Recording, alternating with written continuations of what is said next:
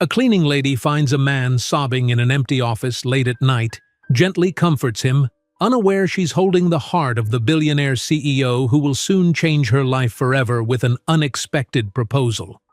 But before we dive into the full story, let me know where you're watching from and what time it is. Now, subscribe to the channel, and let's get started. A cleaning lady finds a man sobbing in an empty office late at night, gently comforts him, unaware she's holding the heart of the billionaire CEO who will soon change her life forever with an unexpected proposal. The fluorescent lights flickered overhead, casting harsh shadows across the polished marble floor of the 30th floor. Mia Reynolds knelt, scrubbing at a stubborn coffee stain, her knees aching against the hard surface. Her phone vibrated in her pocket for the 5th time in 30 minutes. Hospital. Again. She ignored it, pressing the cloth harder against the floor, knowing that answering would only lead to another impossible choice. "You've been cleaning that same spot for 5 minutes, Reynolds," barked a voice behind her. Mia flinched, turning to face her supervisor, Stan, whose thin lips were pressed into a permanent frown beneath his mustache. "Sorry, sir. I'll move faster." "Third warning this week." Stan tapped his clipboard meaningfully. "One more complaint about slowness, and you're out. Plenty of people would kill for this job." As if cleaning floors at midnight was everyone's dream, Mia thought bitterly. But she forced a nod, keeping her face neutral. "Understood. Won't happen again." When Stan finally walked away, Mia pulled out her phone. 5 missed calls from Good Samaritan Hospital. Her stomach clenched. Lucas. She couldn't call back now, not with Stan prowling the halls, but the anxiety gnawed at her insides. 8 months a widow, 3 jobs to stay afloat, and a 7-year-old son with a rare heart condition. The immigration lawyer had made it clear. Her work visa severely limited her employment options, and one misstep could send them both back to a country with health care Lucas couldn't survive. "Just 3 more hours," she whispered to herself, pushing the cleaning cart toward the next section. 3 more hours, then I can check on him. A memory flashed through her mind. Lucas in his hospital bed 2 weeks ago, his small face pale against the white sheets, tubes snaking from his thin arms. "I promise, mijo," she'd whispered, stroking his hair back from his forehead. "Mama will find a way to pay for the new treatment." The treatment that cost more than she made in 6 months. Mia pushed her cart toward the executive offices, the last section for tonight. Most would be empty this late, needing only a quick vacuum and garbage collection. The faster she worked, the sooner she could call the hospital. The corner office door was ajar, light from the city skyline spilling through floor-to-ceiling windows. Mia hesitated. The cleaning schedule indicated all executives should be gone by 10 p.m. It was nearly midnight. She knocked softly. "Housekeeping?" No response. Mia pushed the door open wider, wheeling her cart inside. The office was massive, larger than her entire apartment, with sleek furnishings and abstract art that probably cost more than her yearly salary. A soft sound broke the silence. Mia froze, squinting into the darkness. A silhouette sat by the windows, shoulders hunched, back to her. The sound came again, a muffled, choking sob. "I'm sorry," Mia stammered, nearly tipping over her bucket in her haste to retreat. "I didn't realize anyone was here." The figure straightened abruptly, a masculine hand reaching up to wipe at his face. "Sorry," a voice replied, thick with emotion. "I thought everyone had gone home." "Technically, I'm no one," Mia replied with a gentle smile, surprising herself with her candor. "Just the invisible woman who cleans up your trash." The man turned slightly, his face still in shadow. He wore a simple sweater and jeans, not the typical executive suit she'd expected. His profile showed disheveled hair and the suggestion of stubble on his jaw. "I can come back later," she offered, already backing toward the door. "It's been 2 years today," he said suddenly, the words hanging in the air between them. Mia's hand stilled on the cart handle. The tone was unmistakable. the hollow voice of someone marking an anniversary of loss. She recognized it from her own mirror conversations. Against every professional instinct, she released the cart. "I understand. Mine's been 8 months." The man's head turned more fully toward her, though his features remained obscured by shadow. "8 months? Since my husband died," Mia clarified, surprised by her own openness. "Car accident. Left me with our 7-year-old son." "I'm sorry," he said, and unlike the empty platitudes she'd grown accustomed to, his words carried genuine weight. An awkward silence followed. Mia should leave. This conversation crossed every professional boundary. Yet something in his hunched shoulders, the raw vulnerability of finding a grown man crying alone in the dark, kept her rooted to the spot. "Would you like some water?" she asked finally. "Or I could leave and pretend I never saw anything." A soft, broken laugh escaped him. "Actually, I'd appreciate the company if you can spare a few minutes. Unless you'll get in trouble?" Mia glanced at her watch. Stan had already completed his rounds on this floor. He wouldn't be back until the end shift. "I can spare 10 minutes, she said, settling into a chair across from him, leaving the vast desk between them. "I'm Mark," he offered simply, not volunteering a last name. "Mia," she replied, not volunteering her surname either. They sat in silence for a moment, the city lights twinkling beyond the glass like earthbound stars. "Is your anniversary why you're here so late?" Mia finally asked. Mark nodded, his silhouette shifting against the window.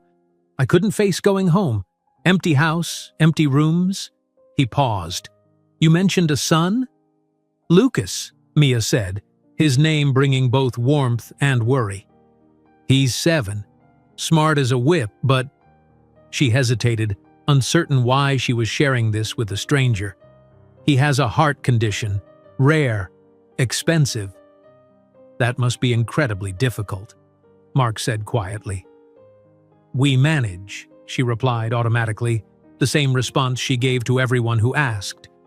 Then, surprising herself, "Actually, no, we don't. It's impossible. 3 jobs and I still can't afford the experimental treatment he needs." Mark remained silent, listening with an intensity Mia rarely encountered. Not the awkward silence of someone who didn't know what to say, or the patronizing sympathy of those who thought they understood. Just presence, acknowledgement of her struggle without trying to minimize it. "What about you?" she asked, suddenly self-conscious about her oversharing. 2 years since I lost someone who was my responsibility," he replied, voice tight. "Someone I should have been able to save." The pain in his voice resonated with Mia's own guilt, the endless what-ifs that plagued her nights. What if she'd asked Carlos to take a different route home that rainy night? What if she'd called to say she'd pick up Lucas herself? "The hardest part," she said softly, "is living with the knowledge that you continue breathing while they don't." Mark's silhouette nodded. "And pretending you're fine when you're breaking inside." They talked for nearly an hour, 2 strangers sharing grief in the darkness. Mia told him about Lucas's passion for space, his collection of rocket ships carefully arranged on his hospital windowsill. Mark spoke of pressure and expectations of building something meaningful from loss. Neither moved to turn on the lights. The darkness offered protection, anonymity that made honesty possible. When Mia finally looked at her watch, she gasped, "I've got to go. My supervisor will be looking for me." As she stood, she remembered the chocolate bar in her apron pocket, her emergency pick-me-up for the lowest points of her night shifts. On impulse, she placed it on the desk between them. "My emergency medicine," she said with a small smile. "Seems like you need it more than I do tonight." Mark reached for it, his hand briefly illuminated by city light. Strong fingers, no ring. "Thank you, Mia." "Good night, Mark," she replied, returning to her cart. At the door, she paused. I hope it gets easier. The anniversary." "It just did," he answered quietly. "Thank you for seeing me." The next night, Mia approached the executive floor with trepidation, half hoping and half dreading another encounter. The corner office was dark and empty, exactly as it should be. Relief and disappointment mingled as she began her routine.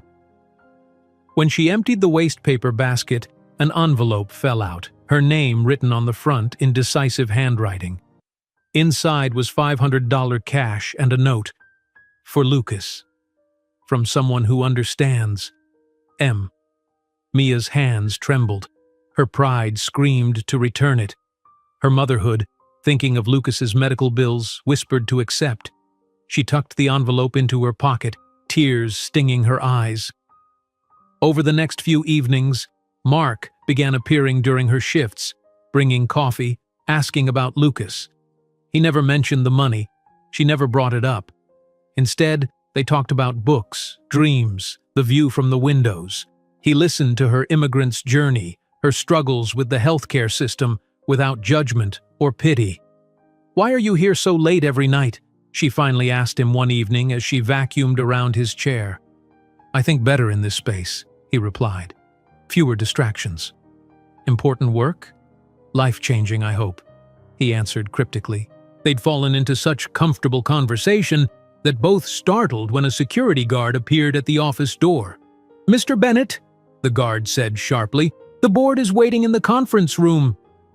Mark's face paled in the dim light. Mia noticed for the first time how handsome he was. Clean-shaven tonight, his dark hair neatly combed, his simple clothes obviously expensive upon closer inspection. The guard glanced at his watch pointedly. "The CEO can't be late for his own meeting, sir." The CEO. Mia's blood ran cold as the guard's words echoed in the suddenly silent office. Mark wasn't just any executive. He was Marcus Bennett, the billionaire owner of the entire building. Her boss. Time seemed to freeze as her mind frantically tried to reconcile the vulnerable man who had shared his grief with her against the corporate titan whose name adorned the building's facade. "Mia, I can explain," Marcus said, rising from his chair, his voice no longer that of a grieving equal but of someone accustomed to authority. She took an instinctive step back, the vacuum cleaner hose slipping from her grip and clattering to the floor. The noise seemed to break whatever spell had held them both in place. "I'll finish later," she mumbled, unable to meet his eyes, fumbling for her cart. "I'm sorry to disturb you, Mr. Bennett."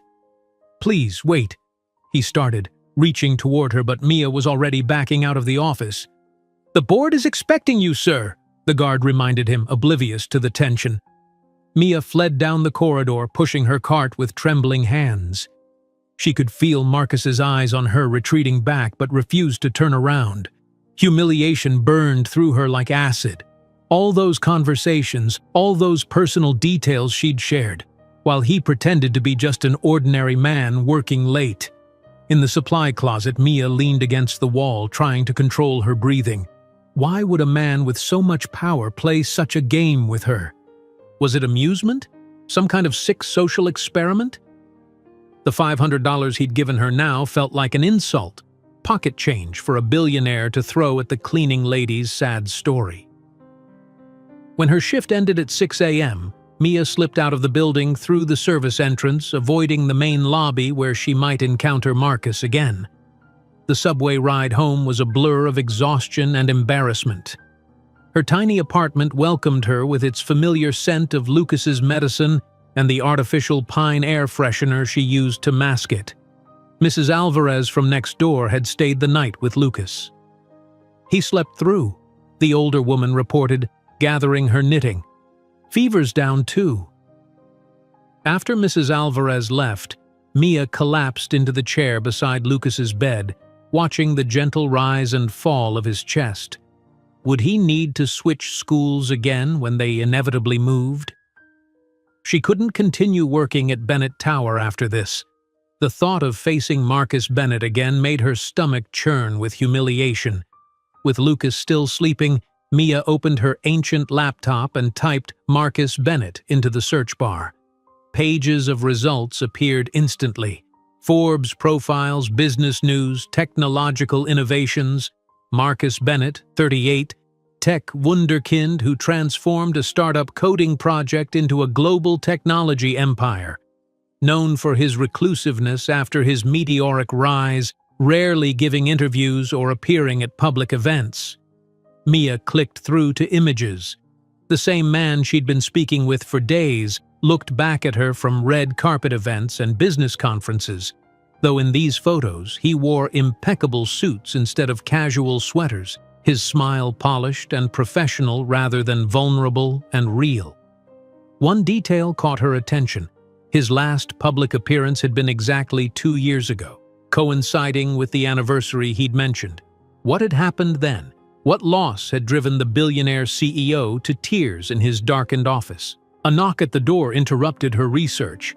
When Mia opened it, a delivery man stood holding an enormous arrangement of white lilies and blue hydrangeas. "Delivery for Mia Reynolds," he announced, thrusting the flowers toward her. "There must be a mistake," Mia said, backing away. "I didn't order flowers." "Already paid for." The delivery man placed the arrangement on her tiny kitchen counter, where it dominated the space. "Have a nice day."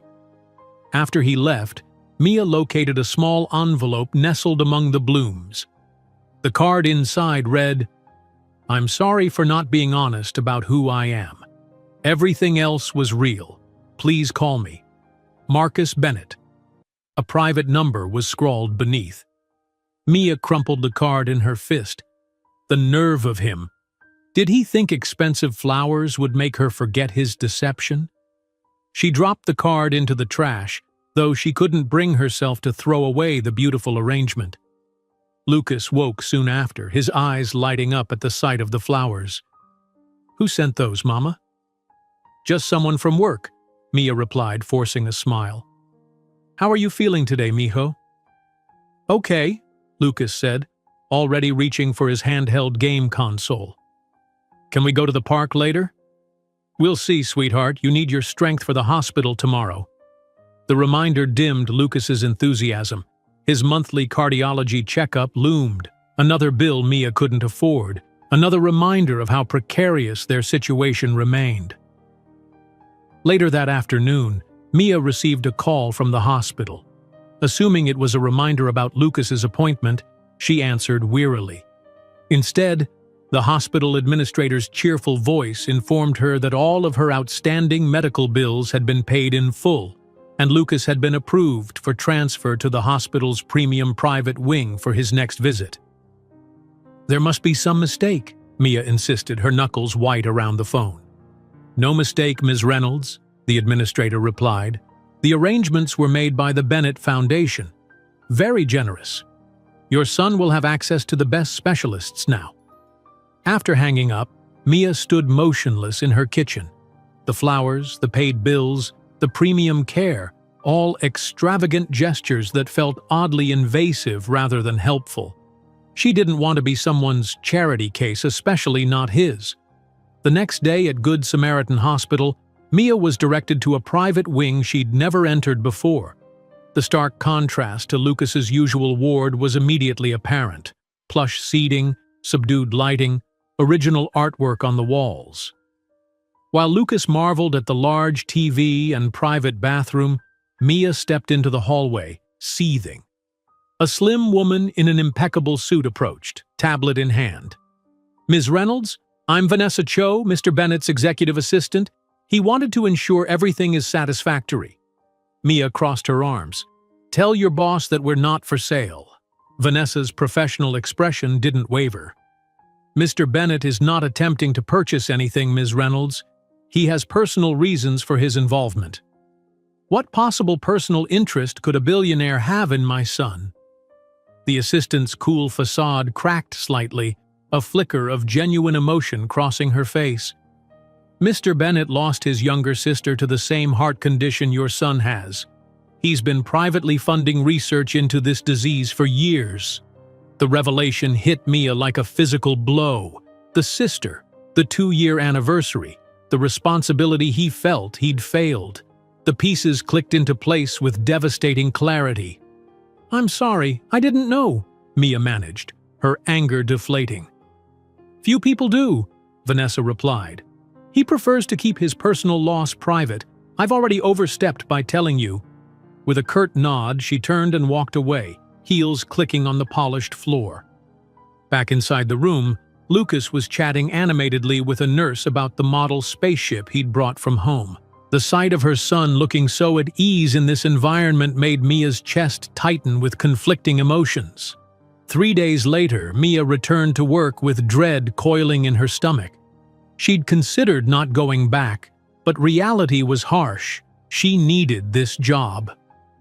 As she pushed her cart onto the executive floor, her supervisor intercepted her. "Reynolds," Stan said, examining his clipboard importantly. "You've been reassigned.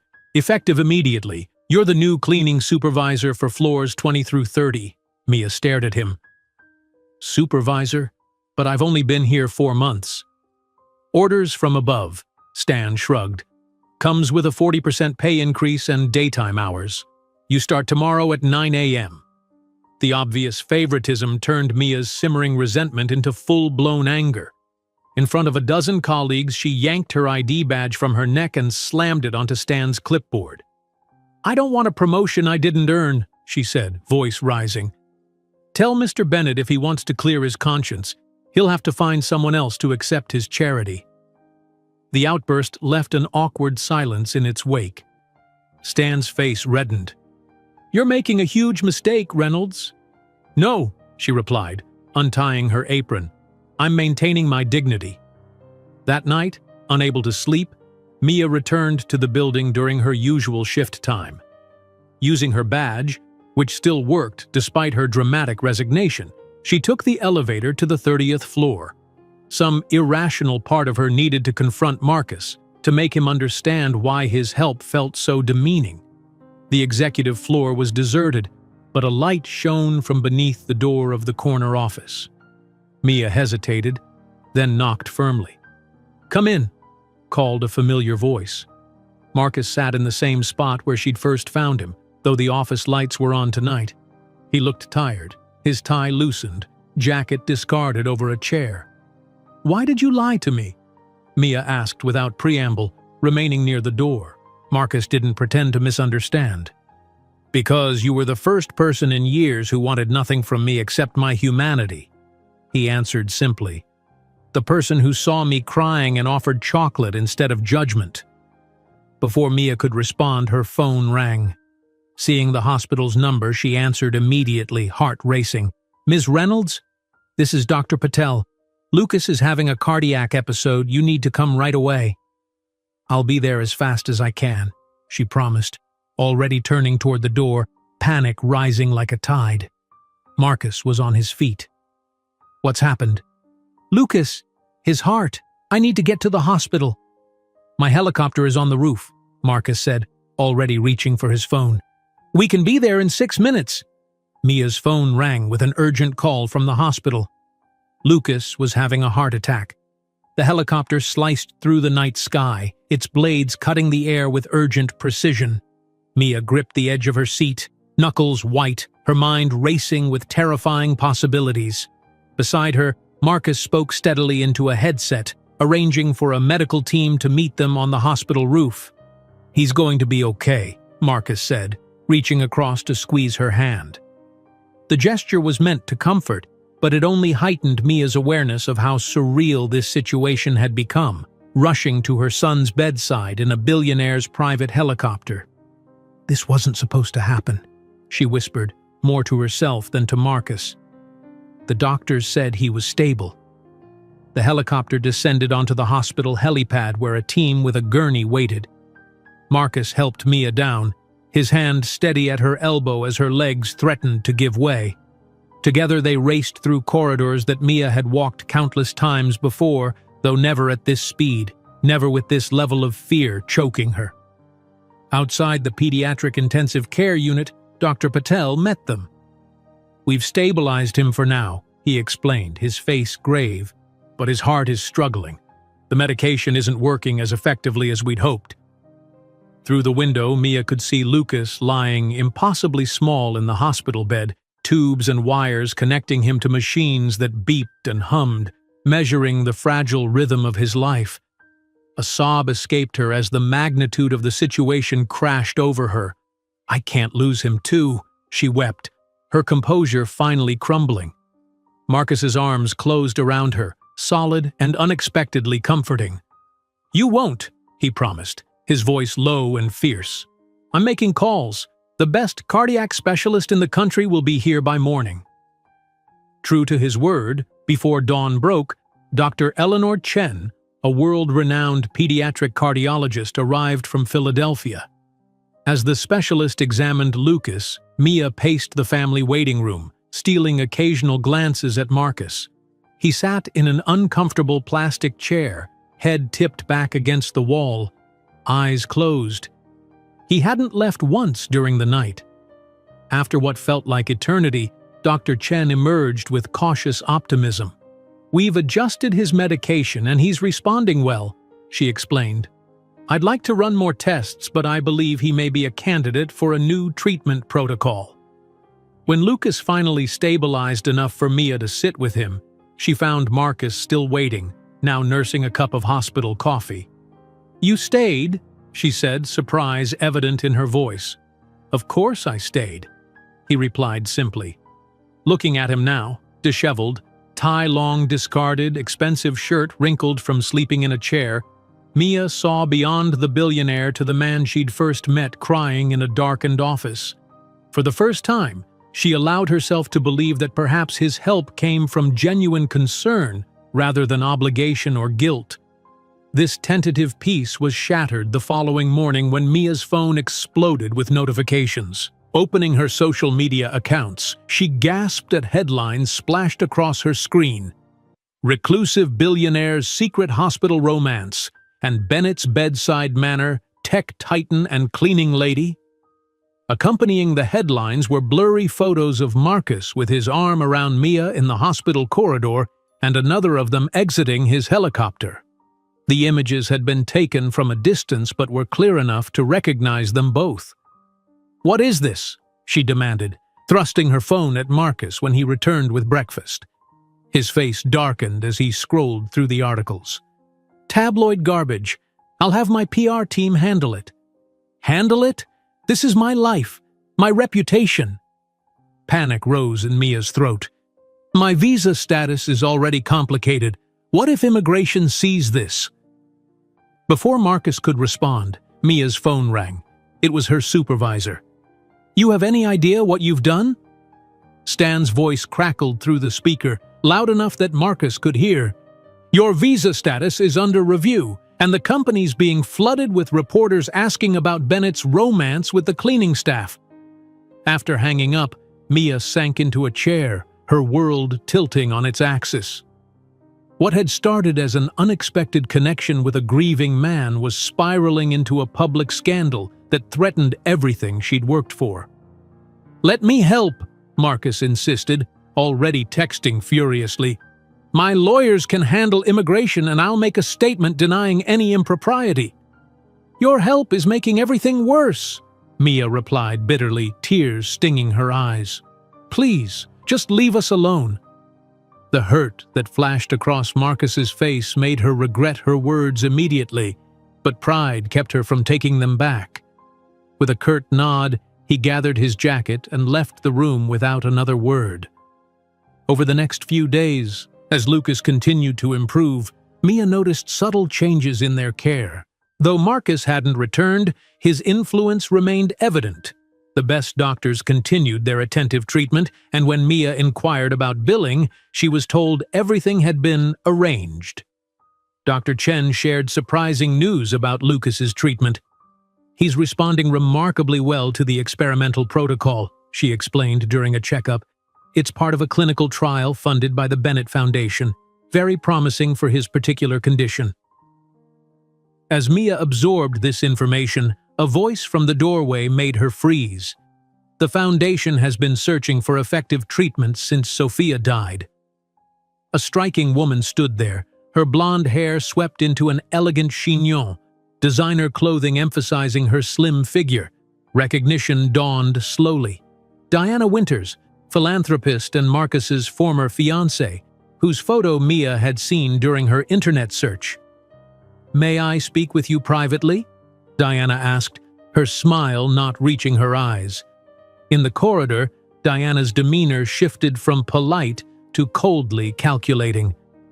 "He always falls for charity cases," she said bluntly. "First his sick sister, now you and your son. Marcus likes to feel like a savior, but eventually he moves on. I'm here to offer you a more permanent arrangement, enough money to cover your son's treatment if you disappear from his life." The insult struck deep, igniting Mia's already frayed temper. "Get out!" she hissed, "before I call security and tell them there's a snake in the children's ward." Diana's perfect eyebrows rose slightly. "You're making a mistake. When his guilt fades, and it will, you'll be left with nothing." After Diana left, her cruel words continued to echo in Mia's mind. Was that all she was to Marcus? Another project? Another burden to carry? When she discovered more hospital bills mysteriously paid and a letter from immigration stating her visa issues had been administratively resolved, Mia felt her pride crack like glass. The following evening, while Lucas slept peacefully, Mia took a taxi to Bennett Tower. Fury and humiliation propelled her through the lobby and into the elevator. The security guard, recognizing her from the tabloid photos, didn't stop her. She found Marcus in a boardroom surrounded by executives in suits, their discussion halting abruptly as she burst through the doors. "I don't need to be your good deed," she cried, flinging the hospital papers onto the conference table. "We're not a project for you to feel better about your wealth." The executives stared in shocked silence as Mia turned to leave, dignity in tatters but spine straight.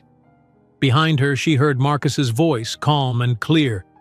"Gentlemen, that's the woman who saved my life."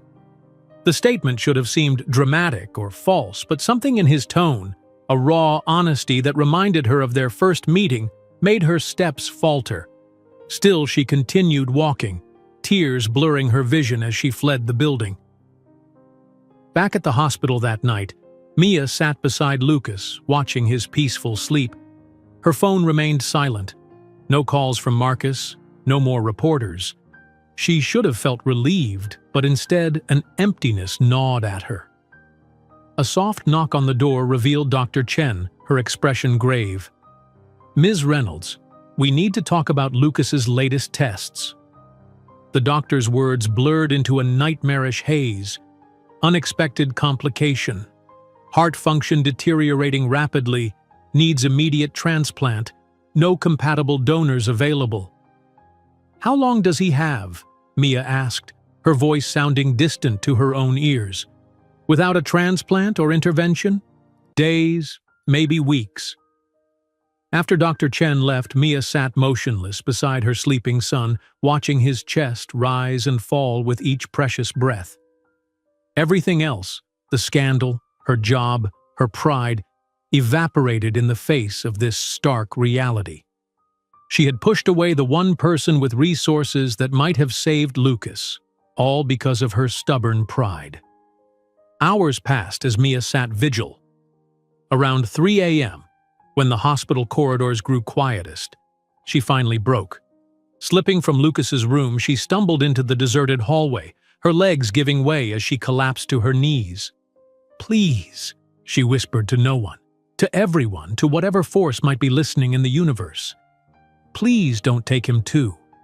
In the sterile hospital corridor, under fluorescent lights that cast no shadows, Mia Reynolds, who had faced poverty, immigration challenges, widowhood, and endless medical battles with stubborn strength, finally reached her breaking point. Alone and desperate, she didn't hear the approaching footsteps or notice the figure kneeling beside her until a gentle hand touched her shoulder. Instead, a hospital orderly approached, holding a package. "Ms. Reynolds, a messenger just delivered this for you. Said it was urgent." Mia stared at the package in the orderly's hands, momentarily frozen. It was wrapped in simple brown paper, no markings except her name written in a now familiar handwriting. With trembling fingers, she accepted it. "The messenger said it was from Mr. Bennett," the orderly added before continuing down the hall. Alone in the sterile corridor, Mia sank onto a nearby bench, the package heavy in her lap. After everything she'd said to Marcus during their last encounter, she hadn't expected to hear from him again. She tore away the brown paper to reveal a leather-bound journal and a folded note that simply read, "You saw me when I was invisible. Now, see the rest. M." The journal's leather cover was soft beneath her fingers, worn at the edges as though frequently handled. Opening to the first page, she recognized Marcus's decisive handwriting filling the pages. This wasn't a gift, it was something deeply personal. Mia glanced toward Lucas's room. The night nurse had promised to call immediately if he stirred. Taking a deep breath, she began to read. The first entries dated back 3 years, chronicling the initial diagnosis of Marcus's sister, Sophia. His writing was clinical at first, listing treatments and prognoses with business-like precision. But as the pages progressed, the tone changed, becoming raw with emotion.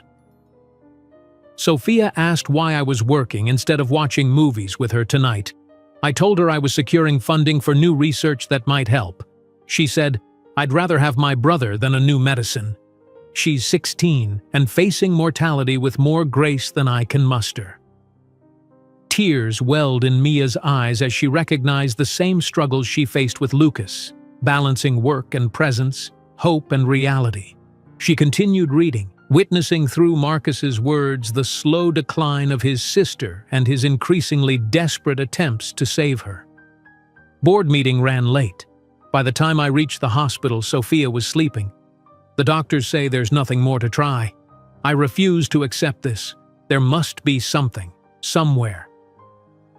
The journal chronicled how Marcus had redirected billions into medical research, established foundations, recruited the best minds in cardiology. Yet for all his resources, he couldn't outrun time. 2 years ago today, Sophia died while I was on a conference call that couldn't wait. She asked for me and I wasn't there. Her last words, according to the nurse, were, "Tell Mark not to be sad." I will never forgive myself. Mia's heart constricted as she realized this was the anniversary Marcus had been marking that first night she found him. The entry continued. "Tonight I was ready to end it all. The research program failed. The company feels meaningless. I sat in my office contemplating the most efficient exit when the cleaning lady knocked. She saw me crying and offered me chocolate instead of embarrassment. For the first time in 2 years, someone saw me. Not Bennett Technologies, not the billionaire, just a broken human being. Her name is Mia." Tears fell freely now as Mia read how their brief encounters had affected him. "Mia told me about her son today. Same condition as Sophia, different variant. I've redirected the research team to explore this specific mutation. I can't tell her. She's too proud to accept help she perceives as charity. But this isn't charity. This is purpose." The final pages detailed how, inspired by meeting her, Marcus had secretly channeled billions into new research directions, resulting in the experimental treatment currently helping Lucas, the very treatment that Dr. Chen was overseeing. The preliminary results are promising. The new approach targets the genetic pathway we overlooked before. If this works for her son, it could help thousands of children. Sophia would have liked that. She always said my money should build more than just taller buildings. As Mia turned the final page, she found a folded document. The official approval for the experimental treatment protocol, signed by Marcus just 3 days after they first met. It had never been about charity or guilt. He had found renewed purpose through their chance encounter. Suddenly, the hospital corridor erupted with activity. Doctors and nurses rushed toward Lucas's room, their urgent voices cutting through Mia's stunned reflection. Clutching the journal, she ran after them, terror seizing her heart. "What's happening?" she demanded, watching as Dr. Chen barked orders to the team surrounding Lucas's bed.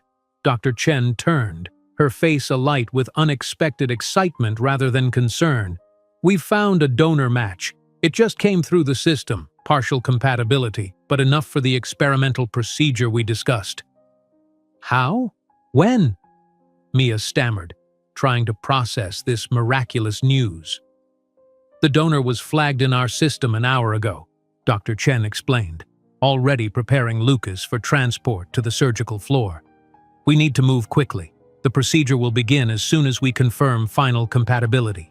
As they wheeled Lucas toward the elevator, Mia caught a glimpse of a familiar figure at the nurse's station, Marcus, looking pale and wearing a hospital gown under his jacket, a bandage visible on his arm.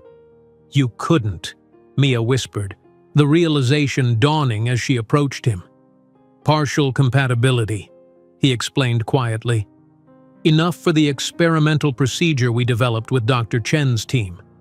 I didn't tell you before because I wanted you to accept it for Lucas, not for me." Mia's mind reeled. "You donated?" "Just bone marrow and stem cells for now," Marcus said. "The new protocol combines them with synthetic components to create a tissue matrix that can strengthen his heart temporarily until a full transplant becomes available." The medical details barely registered through Mia's shock. "Why would you do this?" "Because I couldn't save Sophia," he answered simply. "But maybe together, we can save Lucas." Hours later, in the surgical waiting room, Mia and Marcus sat side by side, both staring at the closed doors behind which Lucas's surgery continued. The clock showed 3 a.m. They had been waiting for 7 hours. "Tell me about her," Mia said softly, breaking the silence. "About Sophia." Marcus's face softened at the mention of his sister. "She was brilliant, stubborn, always laughing, even when the pain was worst. She made me promise to use my resources for something meaningful after she was gone." He looked down at his hands. "I built the company larger, donated to research abstractly, but I lost my direction until..." "Until what?" Mia prompted when he trailed off. "Until you found me in that office," he admitted. "That night I'd just shut down a research initiative that had failed. Years of work, millions invested, no progress. I felt like I'd failed Sophia all over again." Marcus described how he'd visited Sophia's grave earlier that day, standing in the rain and apologizing for not finding a cure in time. He'd returned to his office determined to sign the final papers terminating the research program before possibly ending his own pain as well. "Then you knocked on the door," he said quietly, "and offered me chocolate." Mia's eyes filled with tears again. "Just a cheap candy bar." "No," Marcus corrected gently. "You offered humanity when I'd forgotten how to be human. After you left, I realized Sophia wouldn't want me to give up. She'd want me to try differently, not harder. That night, I called the research team and redirected their focus. As dawn broke, casting pale light through the waiting room windows, the surgical doors finally opened. Dr. Chen emerged, removing her mask to reveal an exhausted but triumphant smile. "The procedure was successful," she announced. "His heart accepted the engineered matrix. His vitals are stronger than they've been in months." Relief flooded through Mia with such force that her legs buckled. Marcus caught her arm, steadying her as they followed Dr. Chen to the recovery area where Lucas lay, small and vulnerable among the machines, but with a healthier color already returning to his face. "He'll sleep for several more hours," Dr. Chen explained, "but all signs indicate an excellent prognosis." When the doctor left, Mia turned to Marcus. "I don't know how to thank you." "Don't," he said firmly. "This isn't about gratitude. It's about finally doing something meaningful with everything I've built." Mia reached for his hand, noticing the dark circles under his eyes and the pallor of his skin. "You should rest. The donation process isn't easy on the body." "I'll stay until he wakes up," Marcus insisted. "I promised him I'd explain how the spaceship models we were building relate to his new heart." The unexpected tenderness in his voice, this powerful man who had clearly formed a bond with her son during her brief absences, broke something open in Mia's heart. As they kept vigil together beside Lucas's bed, Mia finally allowed herself to see Marcus completely, not as the billionaire CEO or even as a benefactor, but as the human being she'd first encountered in that darkened office. A man carrying his own grief, seeking purpose, finding unexpected connection. While Lucas slept peacefully, his monitors showing steady improvement, Mia noticed Marcus checking his phone repeatedly, concern flashing across his face. "Is something wrong?" she asked. "Just business," he replied dismissively, but the tension in his shoulders told a different story. When Lucas's nurse entered to check his vitals, Marcus stepped into the hallway to take a call. Through the glass door, Mia could see his expression darkening as he spoke, his free hand gesturing emphatically. He returned, looking troubled. "I need to handle something at the office. Will you be all right here for a few hours?" "Of course," Mia assured him. "We'll be fine." After Marcus left, Mia settled into the chair beside Lucas's bed, exhaustion finally overtaking her. She drifted to sleep with Marcus's journal still clutched in her hands, unaware that outside the hospital, reporters had gathered in response to leaked information about the experimental procedure. Several hours later, Mia was awakened by Lucas's small voice. "Mom, where's Mr. Marcus?" She opened her eyes to find her son awake, his color significantly improved. "He had to go to work, sweetheart. How do you feel?" "Better," Lucas said, touching the bandages on his chest curiously. "The doctor said Mr. Marcus gave me special medicine from his blood. Is he like a superhero?" Mia smiled, brushing his hair from his forehead. "Something like that."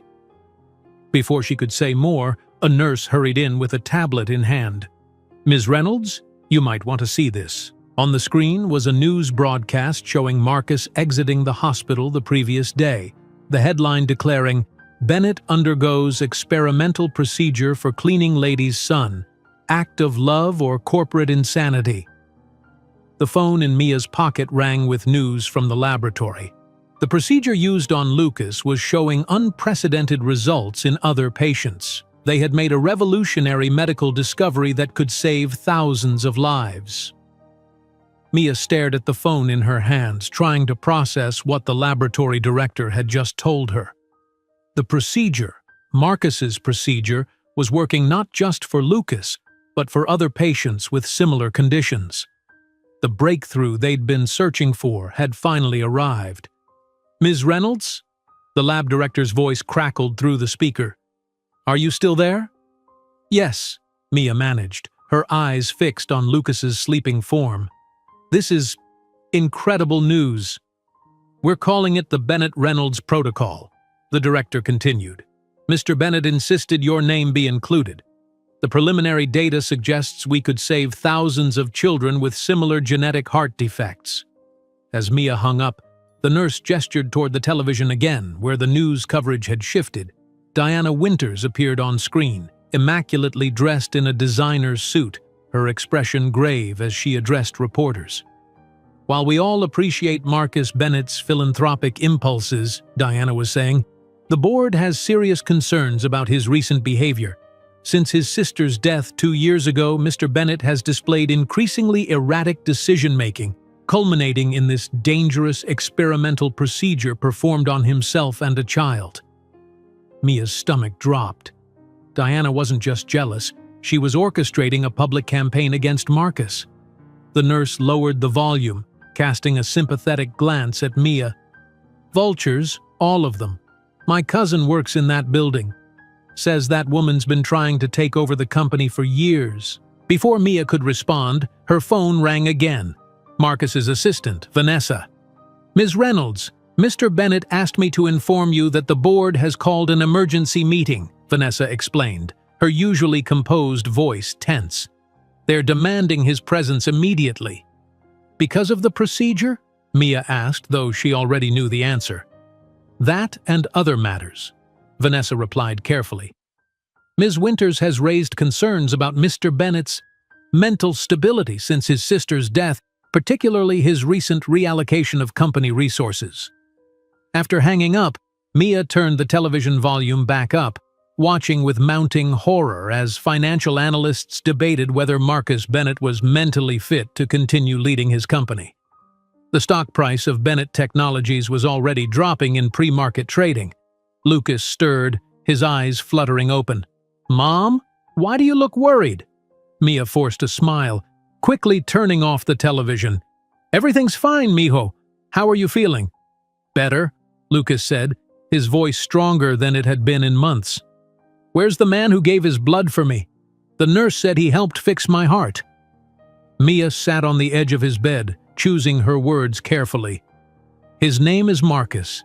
He had to go to a meeting, but I'm sure he'll visit soon." Lucas nodded solemnly. "He told me stories when you were sleeping. About rockets and stars. He knows a lot." The innocent comment made Mia's heart ache.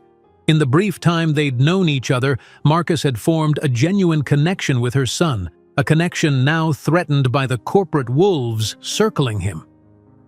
Across town at Bennett Technologies headquarters, Marcus faced the board in the gleaming conference room that spanned the entire top floor. Floor-to-ceiling windows offered a panoramic view of the city. Though today no one was admiring the vista, "You diverted $3 billion to this medical research without proper board approval," Charles Wainwright, the eldest board member, stated flatly.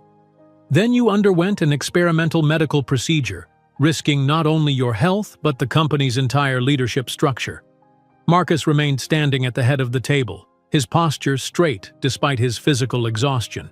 "The research reallocation was within my authority as CEO and majority shareholder. The medical procedure was a personal choice that posed minimal risk." "Minimal risk?" Diana's voice cut through the room as she gestured to the financial charts displayed on the wall screen. "Our stock has dropped 12% since the news broke. Investors are questioning your judgment, Marcus."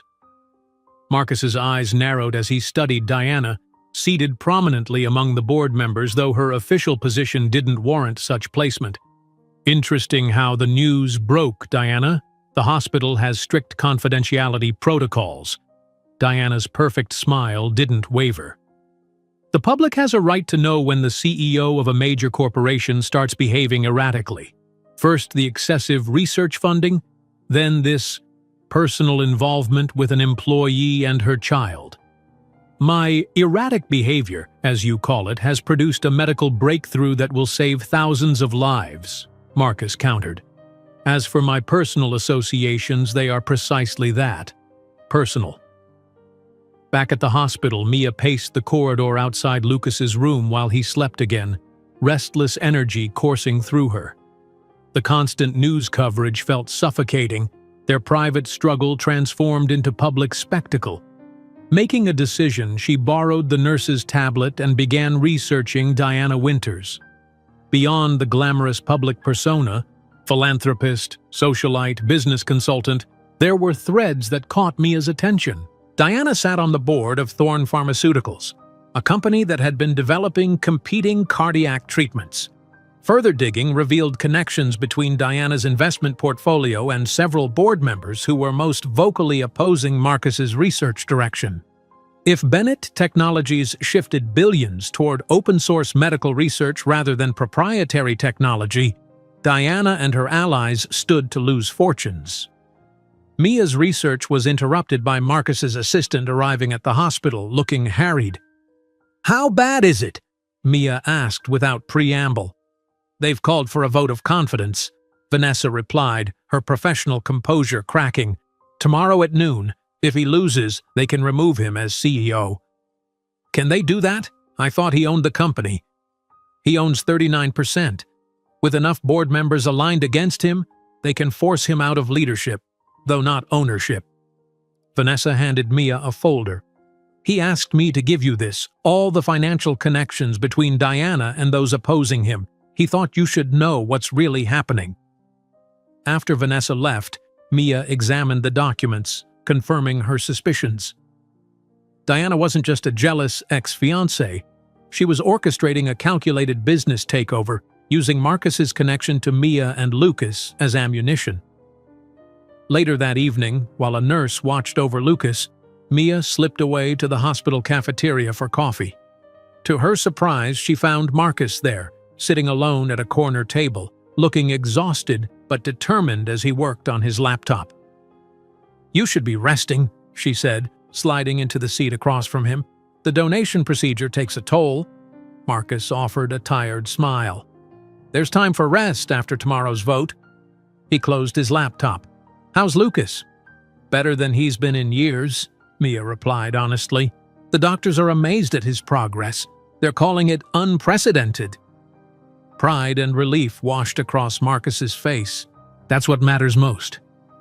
"I saw the news," Mia said carefully. "And your assistant brought the files. Diana isn't just jealous, is she? This is about money." Marcus nodded grimly. "Diana and her allies have heavily invested in proprietary medical technology. My decision to open source our research findings threatens their profit margins. They've been looking for a way to discredit me since I changed the company's direction after Sophia died. And I gave them the perfect opportunity," Mia concluded, guilt washing over her. "No," Marcus said firmly, reaching across the table to take her hand. "You gave me something far more valuable than a company. You reminded me why I built it in the first place." Their conversation was interrupted by a text message on Marcus's phone. His expression darkened as he read it. "What is it?" Mia asked. "Diana's making a public offer to buy enough shares to gain control of the company," he explained. "She's positioning herself as the stable alternative to my leadership."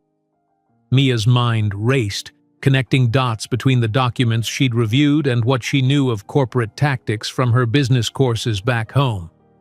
If the breakthrough with Lucas works for other patients, would that change things? Prove that your research direction was sound? Marcus looked at her with new interest. "Potentially. But the clinical data won't be processed for weeks and the vote is tomorrow." "What if I spoke to the board?" Mia suggested. "Explained what your research has already accomplished for Lucas?" "They'd see it as emotional manipulation," Marcus said, shaking his head. "Diana has already painted you as my distraction." They sat in silence, both searching for solutions. Finally, Marcus spoke again, his voice soft but resolved. "Whatever happens tomorrow, I want you to know that meeting you that night changed everything for me. Before you knocked on that door, I was just going through motions, building wealth without purpose. You and Lucas gave me back something I thought I'd lost forever." Before Mia could respond, Marcus's phone rang. He answered, his expression changing from resignation to disbelief as he listened. "When?" he demanded, standing abruptly. "Send everything to my email immediately." Hanging up, he turned to Mia with renewed energy. "That was the lab. The patient data is processing faster than expected. Early results show the procedure is working in 93% of trial cases." Hope flickered in Mia's chest.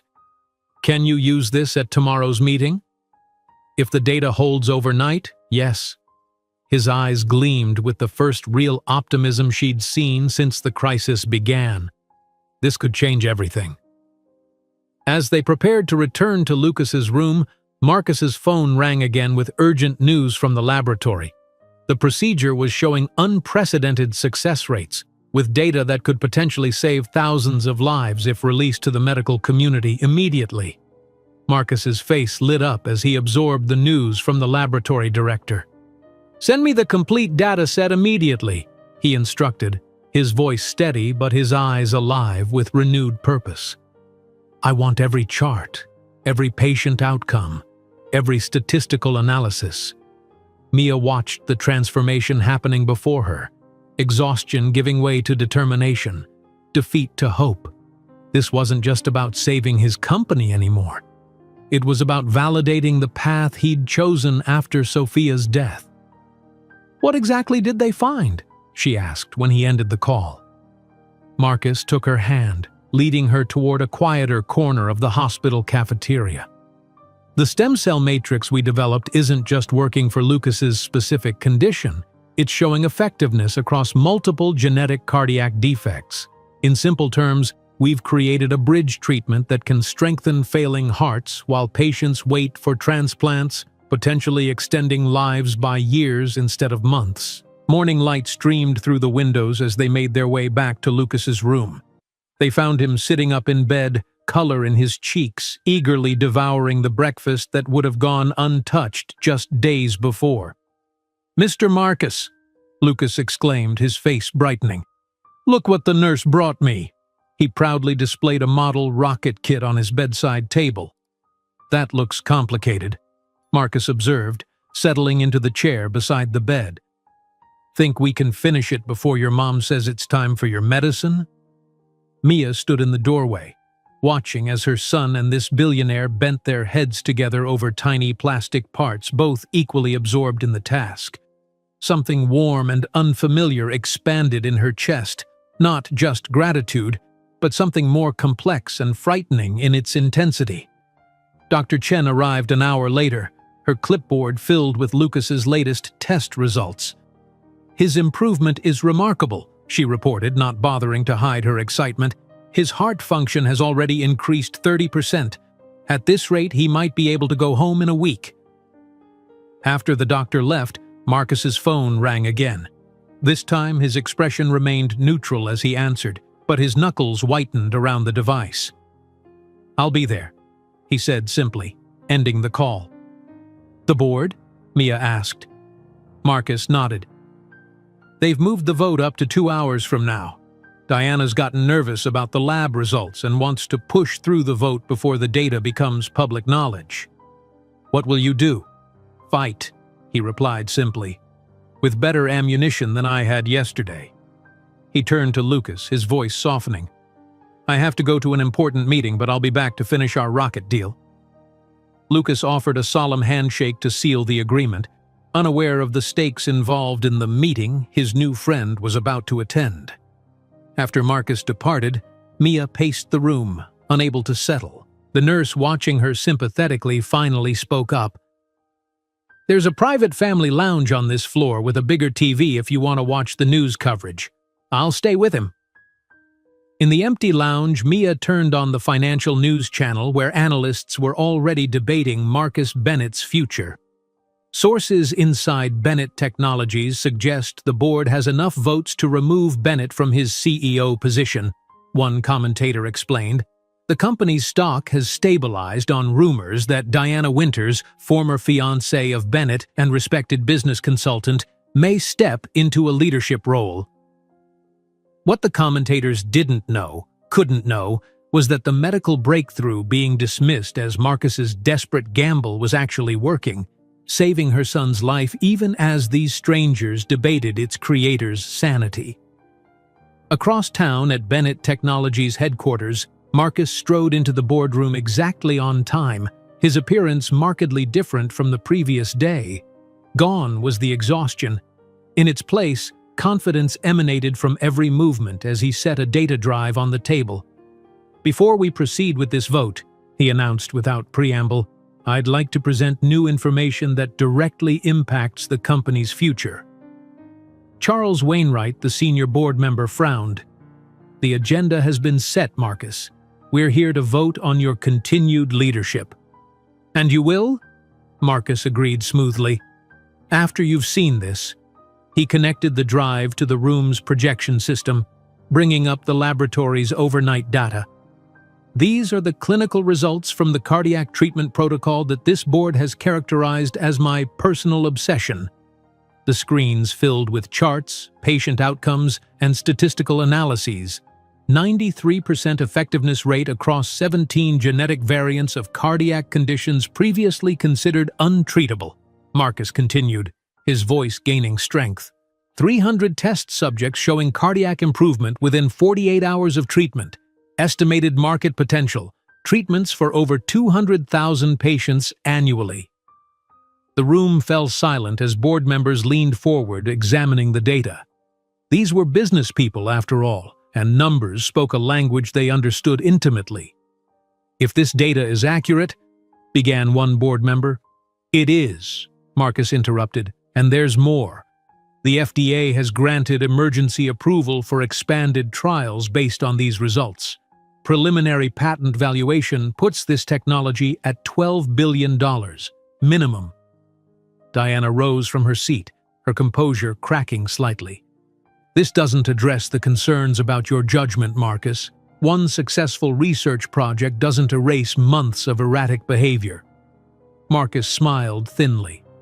I think it's time we discuss what this vote is really about. He pressed a button, changing the display to financial records.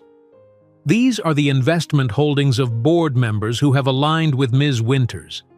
Note the significant positions in Thorne Pharmaceuticals, which has been developing competing cardiac treatments that our breakthrough renders obsolete. Murmurs rippled through the room as board members exchanged glances. Marcus had laid bare the financial conflicts that Diana had carefully obscured. This isn't about my judgment, Marcus continued, his voice level but razor-sharp. It's about whether this company exists to maximize short-term profits for a few or to create meaningful change in the world while building sustainable value for all shareholders. Charles Wainwright cleared his throat. Perhaps we should delay this vote pending full review of this new information. No, Marcus said firmly. We vote today, as scheduled. I want each of you on record choosing what kind of company Bennett Technologies will be. At the hospital, Mia couldn't bear watching the financial pundits speculate any longer. She returned to Lucas's room, where he had fallen asleep, the half-assembled rocket still clutched in his small hand. The sight reminded her forcefully of what truly mattered in this storm of corporate politics. She gently removed the model from his grasp, setting it aside, and took out her phone to check for updates. A text from Vanessa appeared. Vote happening now. We'll update soon.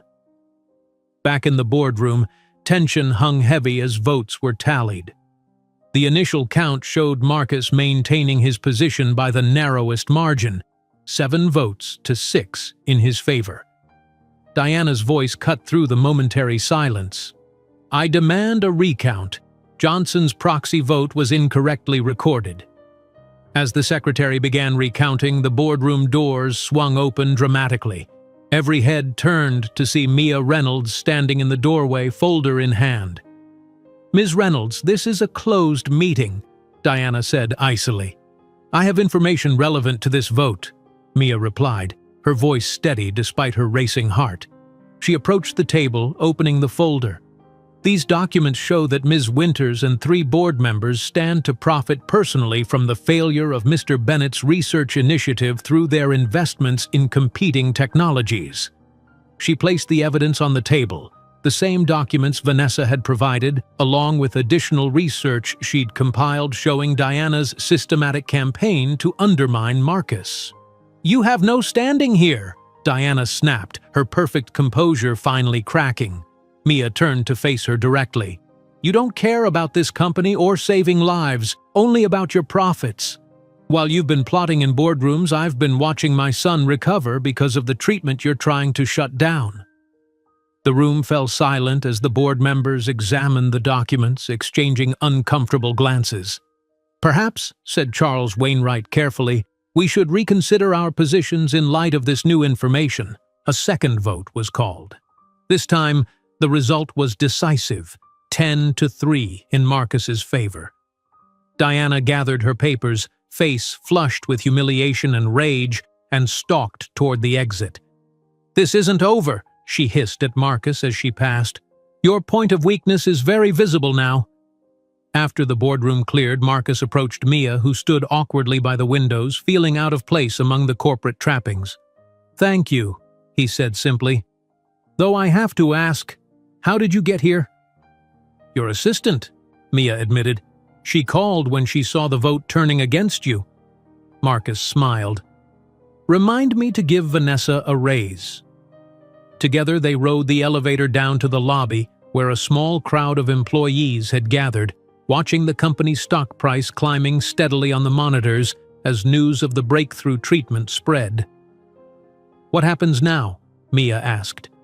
Now we make sure this treatment reaches everyone who needs it, including those who can't afford it, Marcus replied, starting with full approval for Lucas's ongoing care.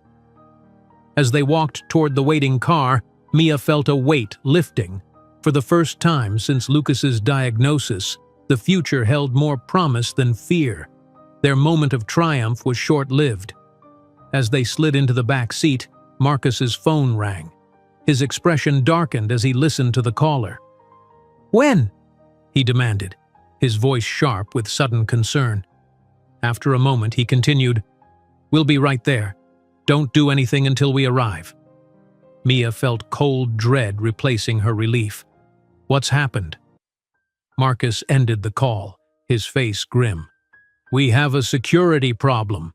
Police officers went to the hospital with questions about your visa status and the legality of the experimental procedure used on Lucas." Marcus gripped the steering wheel as they raced toward the hospital, his knuckles white with tension. The victory at the board meeting now seemed hollow as a new threat loomed over Mia and Lucas. "How could they know about my visa status?" Mia asked, her voice barely above a whisper. "The immigration issues were supposed to be resolved." "Diana," Marcus replied grimly. "She threatened that my point of weakness was visible. She must have contacted authorities, suggested there was something illegal about the procedure and your documentation." When they arrived at the hospital, security directed them to the administrative offices where two stern-faced immigration officers waited alongside a representative from the Medical Ethics Board. Dr. Chen stood nearby, clutching Lucas's medical file protectively. "Ms. Reynolds," one of the officers began without preamble, "we have concerns regarding your current visa status and questions about your son's participation in an experimental medical procedure that may not have followed proper protocols." Marcus stepped forward. "I'm Marcus Bennett, and I've authorized all aspects of Lucas Reynolds's treatment. Ms. Reynolds has done nothing wrong." The medical ethics representative, a thin woman with wire-rimmed glasses, referred to her tablet. "The Bennett-Reynolds protocol was approved for adult patients only. There is no record of approval for pediatric use." "It was an emergency application," Dr. Chen interjected. "The child was failing rapidly. We followed all compassionate use protocols." The immigration officer remained unmoved. "That doesn't address Ms. Reynolds' visa situation. Our records indicate her work visa was flagged for review before being mysteriously resolved. We have reason to believe improper influence may have been exerted." Mia's stomach twisted with fear. The threat was clear. She could lose everything, including the medical care keeping Lucas alive. Marcus's team of attorneys arrived within 20 minutes, filling the small office with their imposing presence and expensive suits. They ushered Marcus and Mia into a private conference room for an urgent discussion. "The situation is serious but not hopeless," explained Ravi Mehta, the head attorney. "The immigration issue can be resolved permanently, but we need time." "What about the medical ethics concern?" Marcus asked. "That's actually easier to address," another lawyer replied. "The emergency approval was properly documented. Someone just ensured those documents weren't readily accessible to the investigators." Mia sat silently as they discussed various legal strategies, the words washing over her. Finally, Ravi cleared his throat, looking uncomfortable. "There is one solution that would resolve the immigration issue immediately," he said, not quite meeting Mia's eyes. "A marriage to a U.S. citizen would grant Ms. Reynolds permanent residency and eliminate any potential for deportation." An awkward silence filled the room. Marcus's expression remained carefully neutral as he studied Mia's face. "Are you suggesting what I think you're suggesting?" Mia finally asked, her voice tight. "It would be a practical solution," Ravi continued clinically. "Mr. Bennett could—" "No," Mia interrupted, rising from her chair. "Absolutely not. It's just an option to consider," Marcus said quietly. "A practical arrangement that solves an immediate problem." Mia stared at him incredulously. "A practical arrangement? Is that what you think I want? To be your charity case and then your convenience wife?" "That's not what I meant," Marcus protested, but Mia was already moving toward the door. "I need to check on Lucas," she said stiffly, leaving the attorneys exchanging uncomfortable glances. In Lucas's room, Mia found her son awake and anxious. "Mom, the police were here asking questions. Am I in trouble? Are we going to have to leave?" Her heart broke at the fear in his voice. "No, mijo," she assured him, stroking his hair. Everything will be okay. The doctors are just explaining your special treatment to some people who need to understand it better. Is Mr. Marcus in trouble because he helped me? Lucas asked perceptively. Mia hesitated, unsure how to answer. Mr. Marcus is very good at solving problems, she finally said. That's what he does. Later that evening, as Lucas slept, Mia stepped into the hallway to find Marcus waiting, his expression contrite. I'm sorry, he said before she could speak. The marriage suggestion was handled poorly. I never meant to imply. I know what you meant, Mia interrupted. You see a problem and want to fix it. I'm just another situation requiring your resources and solutions.